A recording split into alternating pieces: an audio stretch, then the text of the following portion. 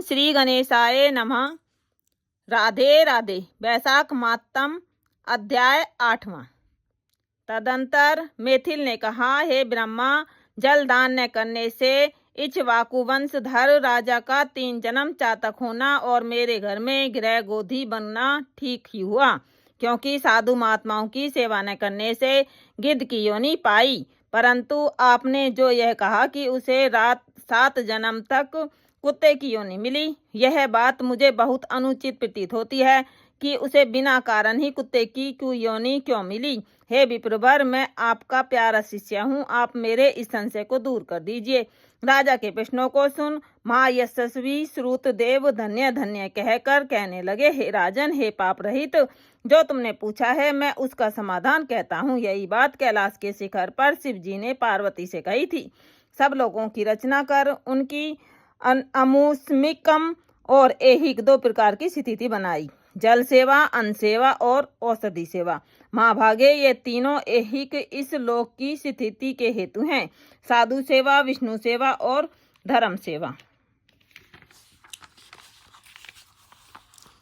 ये तीनों परलोक की स्थिति के हेतु हैं। ऐहिक हेतुओं का करना तत्काल धन संपत्ति देता है। अप्रिय बातें कहना भी दुख का हेतु होता है। यहाँ ये एक पुराना इतिहास वर्णन करते हैं जो ऐसा पाप नाशक और अद्भुत है जिसके सुनने से रोमांच हो जाते हैं। यज्ञ दीक्षा में उपगत दक्ष प्रजापति एक समय महादेव जी को बुलाने कैलाश पर गए। उन्हें देखकर उन्हीं की भलाई सोच महादेव जी ने उठकर आदर नहीं किया। शिव जी ने सोचा, मैं संपूर्ण देवताओं का गुरु हूँ।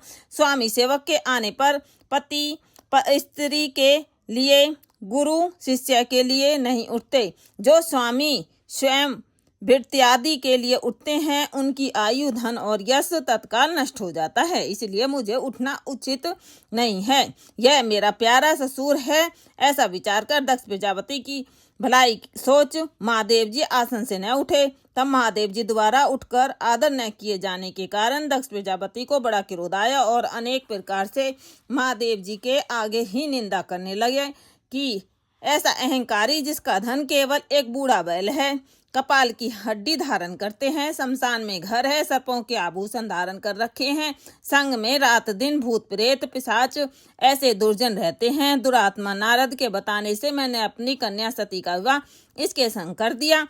यह भी अलग धर्म वाली हो गई, मैं इसे कभी नहीं सह सकता।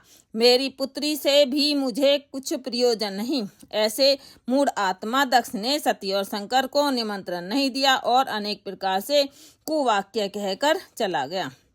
तदंतर यज्ञ स्थान में जाकर ऋत्विक और मुनियों को संग ले विधि पूर्वक यज्ञ करने लगा और शंकर जी की निंदा करता रहा। ब्रह्मा और विष्णु को छोड़ सिद्ध, चारण, गंधर्व, यक्ष, राक्षस, किन्नर आदि सब देवता यज्ञ में आए। तब सती की इच्छा अपने कुटुंबियों से मिलने तथा उत्सव देखने की हुई। स्त्रियां स्वभाव की चंचल होती हैं। महादेव जी के मना करने पर भी जाने की मन में ठान ली। महादेव जी बोले, हे वरवारिणी, सभा में बैठकर वह मेरी सदा निंदा करते हैं, जो तुमसे सही न जाएगी और तुम निश्चय ही शरीर त्याग दोगी। अतएव तुम अपने पिता के घर मत जाओ, वहां जाने से तुम्हारा कल्याण नहीं। इस प्रकार समझाने पर भी सती न रुकी, अकेली घर से निकलकर पैदल चल दी। तब नंदी ने चुपचाप सती को अपनी पीठ पर बैठा लिया और महादेव जी के करोड़ों भूतादिगण पीछे चले। सती जी महलों में होती हुई किसी के न बोलने पर उदास हो महादेव जी की बात याद कर यज्ञ मंडप में गई। वहां पर भी दक्ष प्रजापति और सभा के सब लोगों को अपनी तरफ देख किसी के न बोलने पर सती जो वहां खड़ी होकर रुद्र की आहुति तक पिता की चेष्टा देखती रही। जब दक्ष ने रुद्र को छोड़ आहुति दी तो सती आंखों में आंसू भर अकुला कर बोली, बड़ों का अपमान करने से कल्याण नहीं होता। तुमने रुद्र की आहुति नहीं दी। ये जितने ऋषि मुनि महात्मा इकट्ठे हैं, इन्होंने भी तुम्हारी दुष्ट बुद्धि दूर नहीं की है। विधाता इनके भी विमुख ज्ञाता होता है। सती की ऐसी बातें कहने पर पूषा देवता मुख फाड़ हंसने लगा। शुक्राचार्य दाढ़ी और मूछ फड़फड़ाने लगे। बहुत से भुजा, पांव और कक्षाओं को फड़फड़ाने लगे और दक्ष निंदा करने लगा। उनकी बातों और पति निंदा सुनने का प्रायश्चित करने के लिए क्रोध से लाल हो शरीर त्याग करने का विचार कर सबके देखते देखते सती होम की अग्नि में गिर पड़ी। सती के गिरते ही बड़ा हाहाकार मच गया। महादेव जी के गण भागकर शिव जी के पास पहुंचे और सब कथा कह सुनाई। शिव जी ने यह सुनते ही उठकर कालांतक के समान क्रोध से एक जटा उखाड़ पृथ्वी पर दे मारी, जिससे बड़ा बलवान महाकाय वीरवद उत्पन्न हुआ। उसके सहसा भुजाएं थी और रूप यमराज के समान था। वह महादेव जी के सम्मुख हाथ जोड़ कहने लगा, क्या आज्ञा है? यह सुन रुद्र भगवान क्रोध करके अपने सन्मुख खड़े हुए वीरवद से बोले कि तुम बड़े बड़े बलवान भूतगणों को अपने साथ ले जाकर मेरे निंदक दक्ष का नाश कर दो, जिसके कारण मेरी प्रिया सती को शरीर त्यागना पड़ा है। महादेव जी की आज्ञा पाकर वे सभी यज्ञशाला में पहुंचे और देवता, असुर, मनुष्य आदि सब सुबटों को मार गिराया। पूषा के दांत उखाड़ डाले और दुरात्मा भृगु की दाढ़ी मूछ उखाड़ डाली। जिसने जो जो अंग फड़फड़ाया था उसका वही अंग वीरभद्र ने उखाड़ फेंका। दक्ष के सिर की रक्षा भृगु के मंत्र बल से करने के कारण बड़े उद्योग करने पर भी सिर न कटा। तब रुद्र ने स्वयं आकर उस दुरात्मा का सिर काट अलग कर दिया और यज्ञ में जो आए थे उनका संहार कर गणों सहित कैलाश को चले गए। मरने से जो बचे थे वे ब्रह्मा जी की शरण में गए।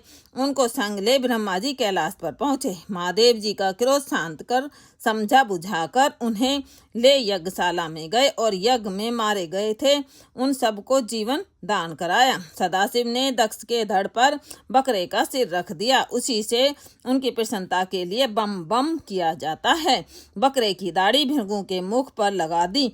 पूषा के जहां तहां अंग लगाकर सबके सिर जोड़ और सबका कल्याण कर दिया। दक्ष का यज्ञ पूरा कराकर देवता अपने अपने स्थानों को गए और शिवजी नैष्ठिक ब्रह्मचार्य व्रत धारण कर गंगा तट पर पुनाग वृक्ष के नीचे तप करने लगे। दक्ष पुत्री सती ने हिमाचल के घर उसकी स्त्री मैना के गर्भ से जन्म लिया। वहीं पर उनका पालन पोषण होने लगा। इतने में तारकासुर नामक एक राक्षस उत्पन्न हुआ। परमेष्ठी ब्रह्मा से वर पाया और सिवाय रुद्र के महाबली पुत्र के तू किसी से नहीं मरेगा। यह बात सुन उसने सोचा कि शिव जी के कोई स्त्री तो है ही नहीं, पुत्र कहाँ से होगा। वह सब लोगों और देवताओं को सताने लगा। तब देवताओं ने दुख पा ब्रह्मा की शरण ली। ब्रह्मा ने देवताओं को समझाया कि रुद्र भगवान की पत्नी सती ने पहले अपने पिता के यज्ञ में शरीर त्याग अब हिमाचल के घर जन्म लिया है, जिनका नाम पार्वती है, और रुद्र भगवान हिमाचल के शिखर पर घोर तप कर रहे हैं। किसी तरह पार्वती का पानी ग्रहण रुद्र भगवान से कराना चाहिए। ब्रह्मा के यह वचन सुन सब देवता इंद्र को लेकर अमरावती पुरी में गए और बृहस्पति जी से सलाह कर अपने कार्य सिद्धि के लिए इंद्र ने नारद और कामदेव को बुलाया। उन दोनों को बुलाकर नारद जी को हिमाचल के पास कहला भेजा कि वह अपनी पुत्री को पहले दक्ष की कन्या थी उसको शिव जी की पत्नी बनाने को नियुक्त करें। नारद जी से जैसा कहा गया था वैसे ही करने चले गए। फिर कामदेव ने कहा कि सब देवताओं और महादेव जी के हित के लिए बसंत ऋतु को संग लेकर रुद्र भगवान के तपोवन में चारों ओर मनोहर बसंत ऋतु का विस्तार करो। वहां पार्वती जी महादेव जी के पास पहुंच जाए। तब धनुष पर बाण चढ़ाकर ऐसा मारो कि महादेव जी के मोहित होने पर उनका संगम होने पर सब कार्य पूरा हो जाए।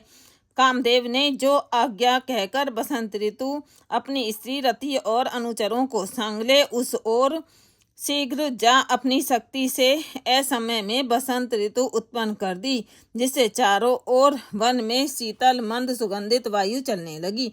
देवात उसी समय महादेव भी पार्वती की सेवा से प्रसन्न हो उन्हें गोदी में बैठाकर कुछ कहने लगे। तब कामदेव ने प्राण प्रिया के संगम का उचित समय जान महादेव जी के पीछे वृक्ष की ओट से एक बाण छोड़ दिया, जिससे महादेव जी ने मन चंचल होने से चित्त में व्याकुल हो इधर उधर देखा तो तो कामदेव दिखाई पड़ा। क्रोध से अपने मस्तक के तीसरे नेत्र को खोलकर पार्वती को दूर करके ऐसी तीक्ष्ण अग्नि प्रकट की कि सब संसार भयभीत हो गया और उस अग्नि से धनुष बाण सहित कामदेव भस्म हो गया। देवता अपने कार्य की सिद्धि समझकर तथा बसंत और रति भयभीत हो भाग गए। पार्वती डर के मारे आंखें बंद कर दूर हट गई और महादेव जी भी अंतर्ध्यान हो गए। हित की इच्छा करने वाले देवताओं को कुछ भी फल की सिद्धि नहीं हुई, उल्टा अनर्थ हुआ। जो कोई साधुओं के संग दुष्टता करते हैं उनका कहना ही क्या है। इसी प्रकार साधुओं की सेवा न करने से इक्ष्वाकु के पुत्र ने दुख भोगा और अनेक बुरी योनियों में जन्म लिया। जो रात दिन इस पुण्य चरित्र रूपी पुराने इतिहास को सुनते हैं वे जन्म मृत्यु बुढ़ापा आदि से निसंदेह छूट जाते हैं। इति वैशाख मातम 8वां अध्याय संपूर्ण।